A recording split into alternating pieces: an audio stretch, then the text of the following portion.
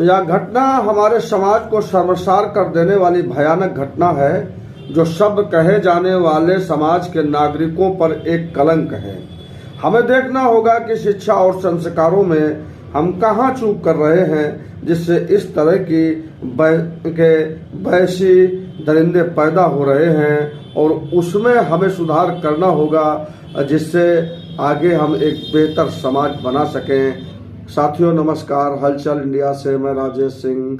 साथियों, मैं बताना चाहता हूँ दिल्ली में हुए श्रद्धा हत्याकांड के बारे में, जो जघन्यतम हत्याकांड है और रूह को कपा देने वाली, इंसानियत को शर्मसार कर देने वाली घटना है। ये हमारे सब कहे जाने वाले समाज के माथे पर कलंक की तरह है। तो आइए पहले हम इसके बारे में जान लेते हैं। एक बार हम पूरी घटना पर एक बारीक नज़र डाल लेते हैं। श्रद्धा मुंबई में एक मल्टीनेशनल कंपनी के कॉल सेंटर में काम करती थी। वहीं उसकी आफ्ताब अमीन पूनावाला से मुलाकात हुई।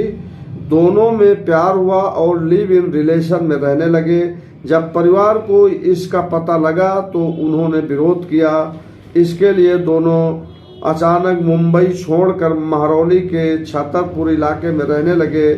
आफ्ताब शादी का झांसा देकर श्रद्धा को दिल्ली ले आया। श्रद्धा के पिता 8 नवंबर को छतरपुर स्थित फ्लैट पर पहुंचे। किराए के उस फ्लैट पर ताला लगा हुआ था। उन्होंने महरौली थाने जाकर FIR दर्ज कराई। पुलिस ने शनिवार 12 नवंबर को आफ्ताब को गिरफ्तार किया।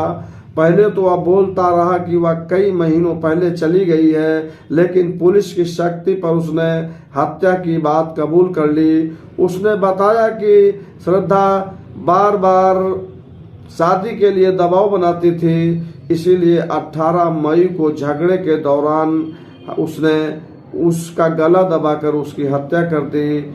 आफ्ताब ने श्रद्धा के शव के 35 टुकड़े किए। 18 दिन तक वह शव के टुकड़े जंगल में बार बार फेंकता रहा। ये दिल दहला देने वाली घटना है। रूह कांप उठती है कि कोई इंसान ऐसा कैसे कर सकता है। तो यह जघन्यतम हत्याकांड रूह को कपा देने वाली घोर अमानवीय घटना है।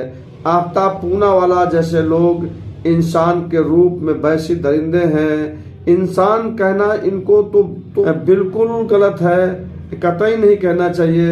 ऐसे लोग मनोविकृति का शिकार होते हैं। इस घटना की कड़े शब्दों में निंदा होनी चाहिए और फांसी से कम सजा भी नहीं होनी चाहिए।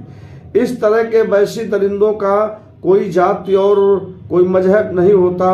बेवजह की बयानबाजी और राजनीति करने वाले लोगों से निवेदन है कि वो ऐसा न करके पीड़िता को न्याय दिलाकर अपराधी को कड़ी से कड़ी ऐसी सजा के लिए मांग करें, जिससे दूसरा कोई इस तरह की किसी घटना को अंजाम देने से पहले 1000 बार सोचे और उसकी रूह कांप जाए। अक्सर हमारे देश में इस तरह की बहुत घटनाएं देखने और सुनने को आ रही हैं। मामले को बेवजह उलझाने का प्रयास न किया जाए, जैसा कि हमारे कुछ नेता और साधु संत करने में तुले हुए हैं। आइए पहले हम दिखाते हैं संत कहे जाने वाले धीरेन्द्र शास्त्री बागेश्वर महाराज का यह बयान, जिसमें वह इसे हिंदू मुस्लिम करने में लोग स्वयं जागरूक नहीं है। हिंदुओं में स्वयं में एकता नहीं है। ये कृत्य अगर कोई हिंदू कर देता तो अभी तक देश में दंगे की स्थिति हो जाती, अभी तक सरकारें बदल जाती, उलट फेर हो जाता, अभी तक तो अमानवीय कृत्य घोषित हो जाता। तो इसमें हमारी और आपकी कमी है कि हम आप एकजुट नहीं है। इसमें सबसे बड़ी कमी है हम लोग जागरूक नहीं है। इसमें सबसे बड़ी कमी है कि दूसरों को कमज़ोर, अपने आप को बड़ा समझ रहे हैं, बल्कि दूसरे धर्म के लोग अपने आप को लगातार मजबूत कर रहे हैं। सनातन संस्कृति हुए हैं। इसी तरह कई और नेता हैं, जिसमें से भाजपा के वरिष्ठ नेता गिरिराज सिंह का बयान भी आया है। श्रद्धा हत्याकांड में उन्होंने कहा है, देश भर में मुस्लिमों का मिशन लव जिहाद चल रहा है। श्रद्धा हत्याकांड पर अब गिरिराज सिंह का ये बड़ा बयान। गिरिराज सिंह ने दरअसल इस पूरे मामले पर यह कहा है कि देश भर में मुस्लिमों का लव जिहाद चल रहा है। ये मिशन लव जिहाद के तहत किया गया है। गिरिराज सिंह के मुताबिक श्रद्धा हत्याकांड को उन्होंने लव जिहाद से जोड़ दिया। हिंदू लड़कियों को पहले बहलाते हैं, फिर हत्या कर देते हैं। उसकी बोटी बोटी काटी गई है, उसके 35 टुकड़े काटे गए हैं। सोच कर सुनकर जैसे छाती फटने लगती है। और हमको ये सोचना चाहिए कि हम किस तरह अपने समाज को और बेहतर बनाएं, जिससे इस तरह की कोई घटना ना घटे।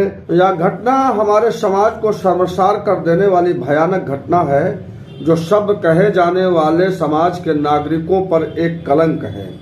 हमें देखना होगा कि शिक्षा और संस्कारों में हम कहाँ चूक कर रहे हैं, जिससे इस तरह की वैसी दरिंदे पैदा हो रहे हैं, और उसमें हमें सुधार करना होगा, जिससे आगे हम एक बेहतर समाज बना सकें। धन्यवाद।